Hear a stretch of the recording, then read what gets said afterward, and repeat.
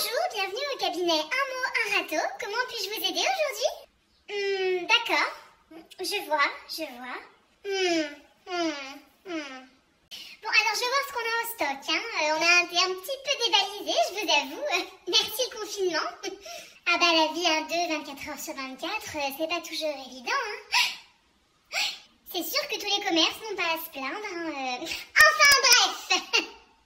Alors pour les petits budgets, on va avoir des phrases très simples, comme par exemple « C'est pas toi le problème, c'est moi ». Facilité. « Tu es une personne formidable, tu mérites quelqu'un qui t'aime ». Un peu raide mais efficace. Ou alors « Je te quitte parce que je t'aime ». Ça c'est bien pour effrayer avec un petit côté bipolaire. Bon, c'est un peu cheap, je l'avoue, mais bon, chacun fait ce qu'il peut avec la bourse qu'il a.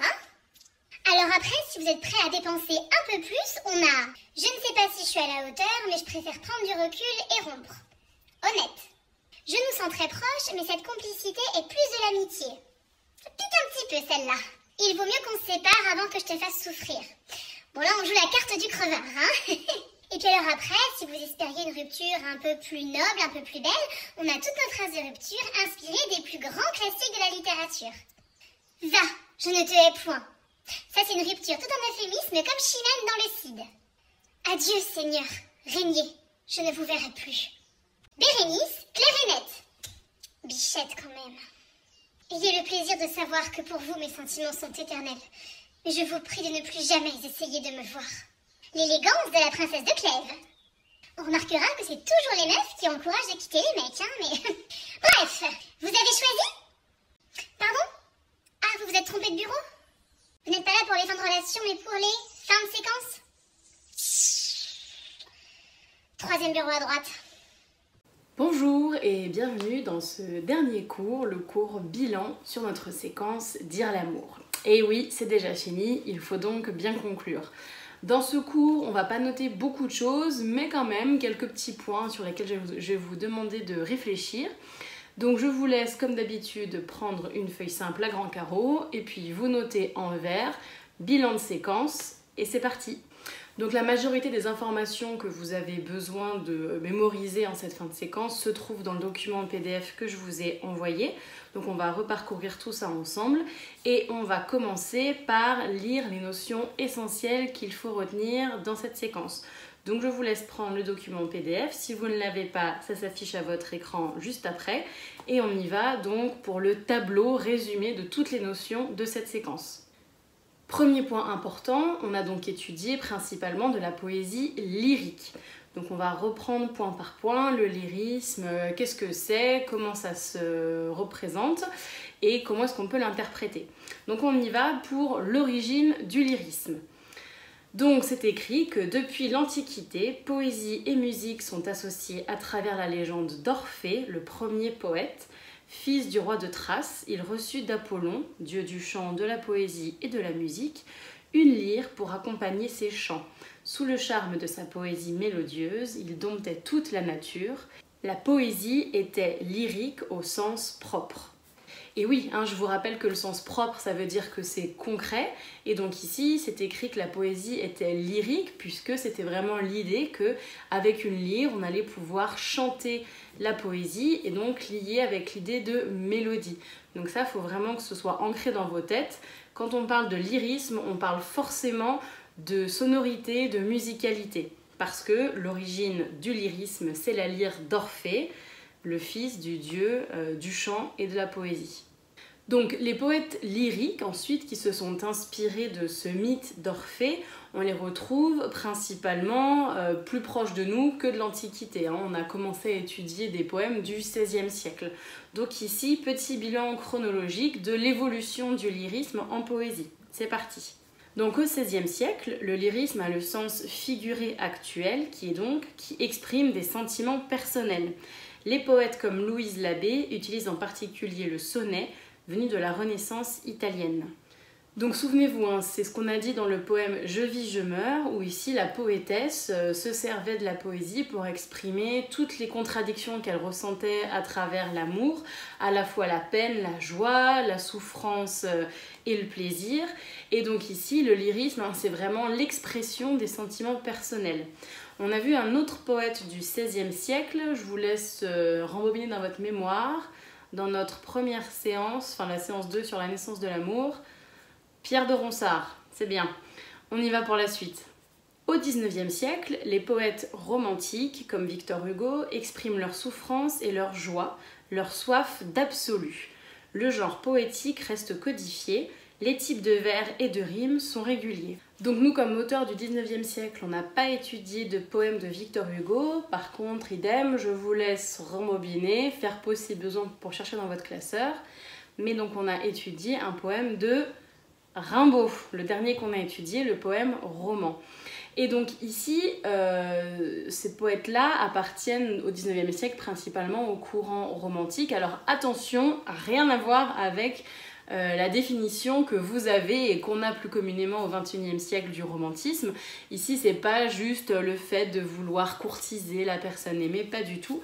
Le romantisme, c'est un mouvement littéraire, artistique, culturel du XIXe siècle dans lequel les artistes cherchent à exploiter l'art de toutes les façons pour exprimer leurs états d'âme.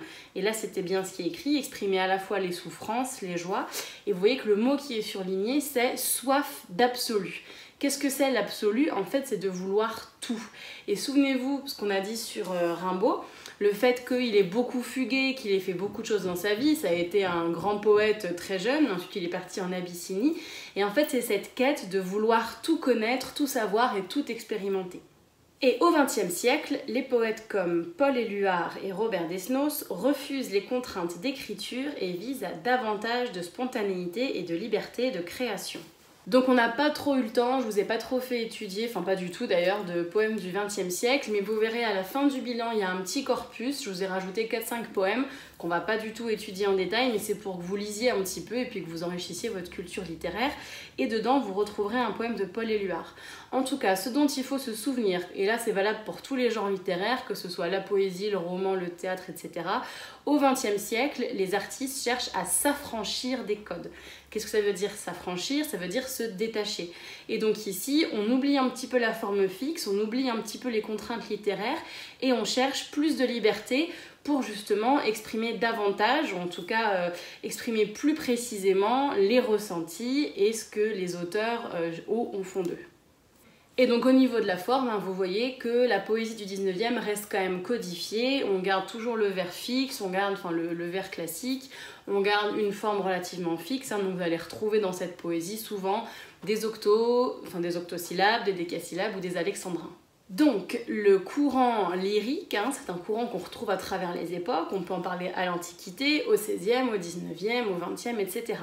Et en fait, c'est un courant qui va avoir des caractéristiques bien particulières. Quand vous lisez un poème lyrique ou un passage lyrique dans un texte, vous étudierez plus tard que le lyrisme, c'est pas seulement propre à la poésie. Il y a des caractéristiques, il y a des éléments reconnaissables de ce courant. Donc on y va pour les caractéristiques qui doivent être ancrées pour toujours dans votre tête, ou en tout cas jusqu'à la fin de vos études.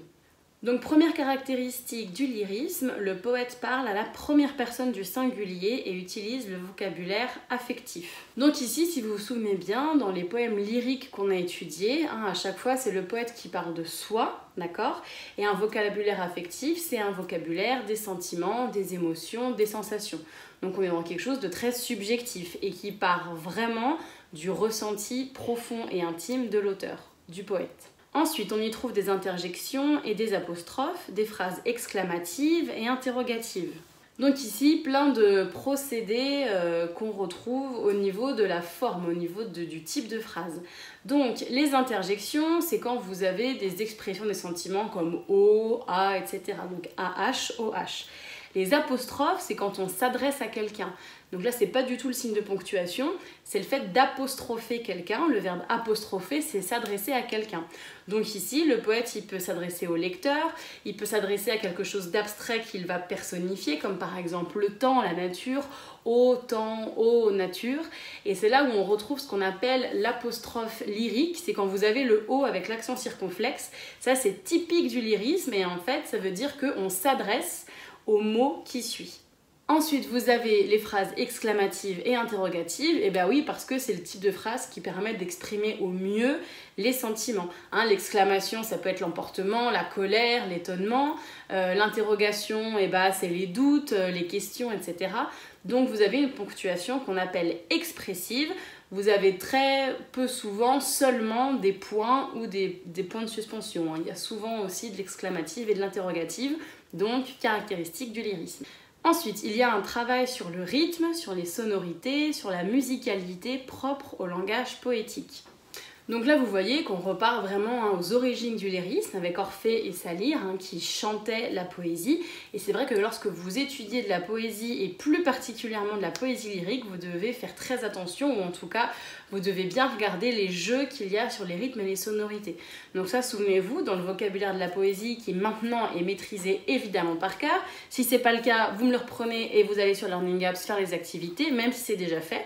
Et donc, il faut bien observer les rythmes internes, externes, les allitérations, les assonances. Donc, rythme interne, est-ce que c'est un vers qui est binaire, qui est ternaire? Est-ce qu'il y a un rejet? Est-ce qu'il y a un enjambement? Est-ce qu'il y a un contre-rejet? Est-ce qu'il y a une diérèse? Est-ce qu'il y a une allitération, une assonance? Est-ce qu'il y a des rimes croisées, des rimes plates, des rimes embrassées, etc., etc. En tout cas, tout ce vocabulaire-là, il faut vraiment qu'il soit ancré et que vous le maîtrisiez, que vous sachiez le repérer, que vous sachiez aussi ce qu'on peut en dire, quel est l'intérêt d'avoir une allitération à ce moment-là, quel est l'intérêt d'avoir un rejet à ce moment-là. Et en tout cas, il faut vraiment vous dire que les poètes, de toute façon, jouent là-dessus et encore plus dans le lyrisme. Donc on observe bien les jeux sur les sons, sur la musicalité et sur les rythmes. Et enfin, dernière caractéristique, le poète emploie des figures de style telles que la comparaison, la métaphore, l'antithèse, l'anaphore.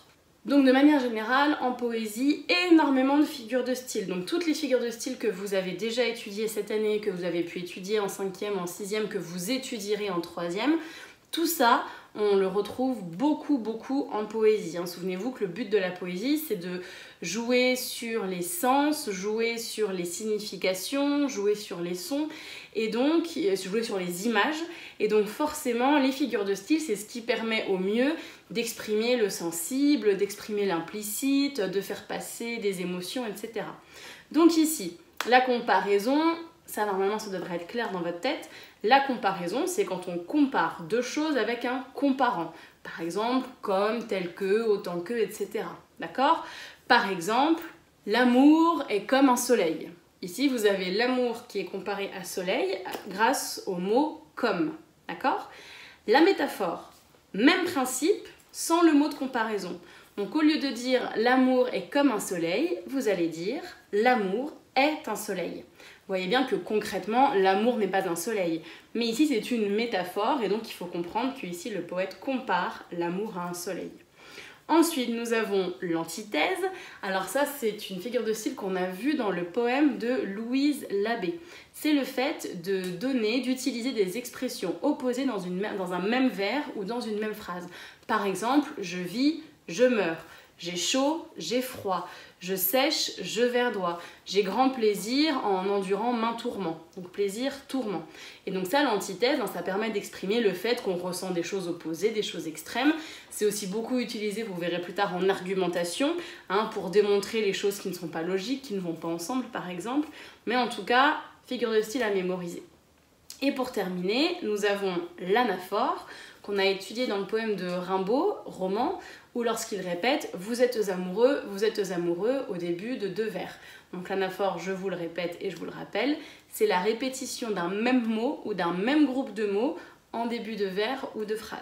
Bon, ces quatre figures de style, c'est vraiment à mémoriser, elles sont loin d'être compliquées, donc vraiment il faut qu'elles soient acquises, il faut que vous sachiez les repérer surtout.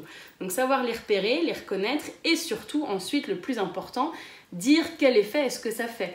Je vous rappelle que pointer du doigt ou repérer un procédé littéraire, que ce soit une figure de style, un jeu sur les rythmes, une rime particulière, etc., si vous n'avez rien à dire derrière, il n'y a pas trop d'intérêt. Donc il faut vraiment toujours maintenant, à partir de la 4e et jusqu'à la fin de vos études, vous poser la question de pourquoi l'auteur a écrit ça comme ça. Et donc pour terminer, on va voir un petit peu l'héritage du lyrisme, en tout cas l'intérêt du lyrisme au-delà de la poésie. Donc, le lyrisme de l'amour en poésie conduit à une réflexion plus générale sur la vie, le temps qui passe. Il prend une dimension universelle où chacun peut se reconnaître.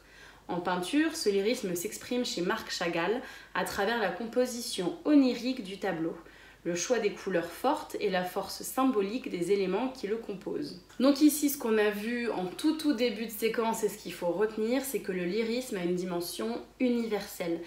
Comme on parle des sentiments réels d'un poète, d'un auteur, ce sont des sentiments, des ressentis qui peuvent toucher tous les lecteurs. Donc souvenez-vous, le jeu, c'est à la fois le poète, mais c'est à la fois n'importe quel lecteur. Dans le roman, vous avez des pronoms qui ne désignent personne en particulier. Le vous, le on, le elle peuvent être n'importe qui, de n'importe quelle époque même. Donc ici, c'est vraiment ça ce qui est primordial, c'est que le lyrisme, c'est universel. Et puis ensuite, il y a une petite référence à un peintre, Marc Chagall, qui vraiment en peinture pourrait illustrer cet aspect un peu lyrique. Alors on vous parle d'un côté onirique. Onirique, c'est tout ce qui est lié au rêve, d'accord? Donc je vais vous montrer quelques tableaux de Marc Chagall pour vous montrer l'idée que la poésie, c'est quelque chose de sensible et qu'on peut aussi le retrouver en peinture. Déjà, petit point biographique sur Marc Chagall. Donc, il est né en 1887 en Biélorussie dans une famille juive modeste. Ça veut dire pas avec beaucoup d'argent. Il épouse sa femme Béla en 1915, dont il est fou amoureux et avec qui ils vont vivre une grande histoire d'amour. Si vous voulez en savoir plus sur sa vie, son œuvre, etc., je vous laisserai cliquer sur le lien qu'il y a dans la description de la vidéo en bas, où vous pourrez trouver toutes les informations sur son œuvre, ses origines et des explications plus poussées que celles que je vais vous donner. En 1941, ils veulent fuir l'occupation allemande et donc ils s'enfuient, ils s'exilent aux États-Unis, mais en 1944, Béla va mourir d'une maladie foudroyante. Et donc Chagall va être rongé par le chagrin, par la tristesse, et on va le ressentir dans ses œuvres. Donc, premier tableau que je voulais vous montrer, c'est Au-dessus de la ville. Donc là, vous voyez qu'on est dans quelque chose d'onirique dans le sens où c'est pas réel d'avoir deux personnes qui volent comme ça au-dessus de la ville.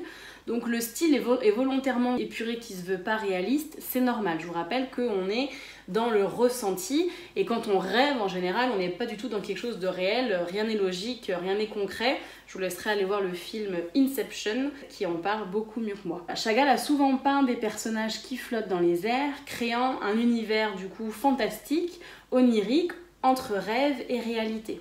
Donc ça, c'est le tableau du temps de l'amour heureux, où vraiment ça symbolise le fait que Marc Chagall et Béla sont heureux ensemble, flottent au-dessus du monde comme deux amoureux pourraient flotter au-dessus des choses. Deuxième tableau qui s'intitule Autour d'elle, et donc ce tableau date de 1946, donc 2 ans après la mort de Béla, et vous voyez qu'on est dans quelque chose d'un peu plus sombre, ou en tout cas d'un peu plus riche et complexe.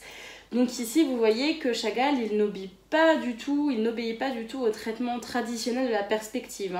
Chaque élément du tableau a son propre mouvement, et puis il y a une sorte de juxtaposition qui fait qu'on a une animation. Mais vous voyez que ici, de nouveau, il n'y a pas de perspective, il n'y a aucune proportion qui est réelle et qui est possible. Le bleu, c'est une couleur dominante dans l'œuvre de Chagall, c'est souvent associé à l'amour, à l'espoir. Et donc ici, vous voyez, je vous laisserai faire pause pour avoir bien le temps de regarder le tableau en détail si vous voulez, où il y a plein de petits éléments, plein de petits détails qui chacun racontent une histoire, ou en tout cas font partie de l'histoire générale de ce tableau. Mais vous voyez que de nouveau, on reste dans le rêve, on reste dans l'onirique. Et là, c'est pareil, en fait, Chagall, et comme plein d'autres peintres, s'est posé la question de comment traduire des sentiments, comment traduire ma peine, comment faire ressentir des choses qui sont indescriptibles et qui sont très compliquées à exprimer avec des mots.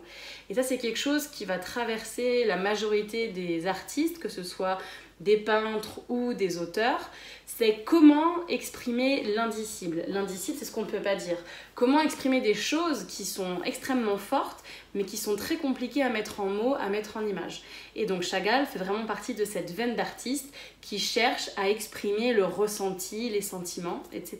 Donc dans ce tableau, c'est vraiment les notions essentielles, notamment les notions en bleu, c'est ce qui doit vraiment vous rester tout au long de votre scolarité et ce que vous devez vraiment mémoriser et comprendre sur le lyrisme, parce que vous en reparlerez en 3e, vous en reparlerez au lycée. Et donc pour vous amener à réfléchir un peu plus, 3 petites questions de bilan. Première question, qui sont Orphée et Eurydice? On a parlé d'Orphée mais pas d'Eurydice. Rappelez brièvement leur histoire. Donc là le but, vous pouvez l'écrire bien sûr sur votre feuille, mais c'est vraiment de vous rappeler du coup ce mythe qui est très important, qui est fondateur, notamment par rapport au thème de l'amour. D'accord ? Donc pour cette question 1, je vous laisse faire pause, réfléchir pendant 5 à 10 minutes le temps d'écrire le mythe, mais essayez de retrouver dans votre mémoire ou à défaut dans votre classeur qui était Orphée et Eurydice et quelle est l'histoire de leur mythe. Ensuite, deuxième question, pas une question de connaissance ici, mais plutôt une question de réflexion. Pourquoi lire de la poésie lyrique au XXIe siècle? Bon, en classe entière, on aurait échangé nos points de vue ou en classe virtuelle. Là, si vous êtes tout seul face à votre ordinateur, si vous avez un ami imaginaire ou une deuxième personne à l'intérieur de vous, c'est le moment de l'appeler. Mais sinon, je vous laisse réfléchir tout seul ou toute seule à l'intérêt de lire de la poésie lyrique au XXIe siècle. Pourquoi est-ce qu'on vous en fait étudier? Pourquoi est-ce qu'on en lit? Qu'est-ce que ça peut apporter au lecteur? Et là, je vous laisse vraiment vous creuser la tête, essayer de trouver 2 ou 3 arguments qui sont pertinents par rapport à tout ce qu'on a vu, par rapport à tout ce qu'on a dit sur le lyrisme. Donc là, je vous laisse pareil, 8 bonnes minutes pour réfléchir à tout ça. Vous pouvez aller jusqu'à 10 sans problème. Et enfin, troisième question, je vous demande de lire ce très court poème et de répondre aux questions qui suivent. Donc le poème Le Jardin, je vous laisserai le lire tranquillement. Vous devez me dire si ce poème est lyrique et pourquoi. Expliquer donc c'est-à-dire relever les caractéristiques du lyrisme qui sont dans le tableau juste au-dessus. Et puis ensuite, le petit B, ça c'est plus une question un petit peu de recherche aussi de votre part. Je vais vous demander de proposer une œuvre artistique, que ce soit une œuvre de peinture, de musique, de sculpture, de photographie, ce que vous voulez, qui établirait un lien avec ce poème et donc vous devrez justifier votre choix. Donc là, vous pouvez chercher une œuvre, donc déjà c'est-à-dire que vous avez compris de quoi le poème parlait, et ensuite que vous avez trouvé une œuvre qui correspondrait à ce poème. Je vous rappelle qu'en troisième, on va vous demander de faire le lien entre une image et un texte qui sera à l'étude au brevet. Donc là, c'est un petit peu le même concept, sauf que je ne vous donne pas l'image, je vous demande d'en trouver une, mais donc du coup, quand vous allez justifier pourquoi vous avez choisi cette œuvre picturale, musicale, etc., ça veut dire que vous êtes capable de faire le lien entre le poème et l'œuvre. Donc c'est déjà ce même travail de réflexion. Et pour terminer, un petit corpus littéraire. Alors pareil, pas de question d'analyse dessus, c'est juste un petit corpus plaisir, des petits poèmes pour élargir votre culture littéraire et vos références littéraires. Je vous rappelle que tous les poèmes qu'on étudie, toutes les œuvres que vous étudiez cette année, que vous avez étudiées depuis la 6e, il faut vous faire une liste, il faut que vous ayez une fiche, comme on fait nous dans nos fiches outils, avec toutes les œuvres que vous avez déjà étudiées et lues, parce que ça vous servira dans les sujets de réflexion, dans les dissertations au lycée. Et vraiment, il ne faut pas vous dire qu'il y a un monde entre la 3e, enfin entre le collège et le lycée. Tout ce que vous faites maintenant, ça vous servira pour après. Donc vraiment, prenez note, faites en sorte d'avoir votre propre bibliothèque à vous de référence à des textes. Donc ici, il y a 4 poèmes. Donc on retrouve un poème de Paul Éluard, souvenez-vous, dans l'évolution du lyrisme à la partie 20e siècle. Donc ici, c'était pour vous montrer un petit peu aussi l'évolution de la poésie qui abandonne un petit peu les codes, mais où on reste, les codes de la versification stricte, mais on reste quand même dans le lyrisme et dans le thème de l'amour. Donc un poème de Paul Éluard de 1951, un poème de Guillaume Apollinaire, 1913, donc là, début du 20e, on est un peu plus proche de Rimbaud, mais vous verrez qu'on commence un petit peu à s'en détacher. Un poème d'André Chédid, la grand-mère du chanteur M. Donc elle a écrit ce poème-là à l'occasion du Printemps des poètes en 2007, donc ici, poème beaucoup plus récent. Et puis je vous ai mis un poème de Victor Hugo quand même, où on est au 19e siècle et qui illustre bien le courant romantique. Donc je vous laisse lire ces poèmes tranquillement. S'il y a des passages que vous ne comprenez pas ou que vous ne voyez pas vraiment de quoi ça parle, n'hésitez pas à m'écrire, à m'envoyer un mail et évidemment, je vous répondrai. Voilà, donc le bilan de cette séquence Dire l'amour est terminé. Vous avez maintenant en tête toutes les notions essentielles sur le lyrisme et la poésie. Donc faites-en bon usage, rangez bien ça dans votre classeur, faites bien tous les exercices si ce n'est pas fait. Mais vous avez maintenant toutes les cordes à votre arc pour comprendre la poésie lyrique. Merci beaucoup de votre attention et à très bientôt pour une prochaine séquence, qui sait ?